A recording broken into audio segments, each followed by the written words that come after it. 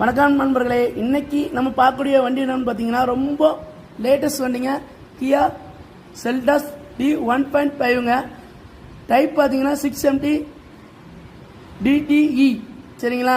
இந்த வண்டி பார்த்தீங்கன்னா 2020 சிங்கிள் ஓனர் கண்டிஷனில் இருக்கிற ஒரு அருமையான வெஹிக்கிளுங்க.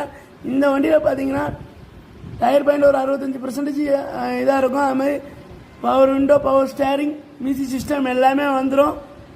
சென்டர் லாக் எல்லாமே வந்துடுதுங்க. இந்த வண்டியில் உள்ள இன்டீரியர் லுக்லாம் பாருங்கள், சீட் கவர்லாம் பாருங்கள், அவ்வளோ அருமையாக இருக்குண்டு.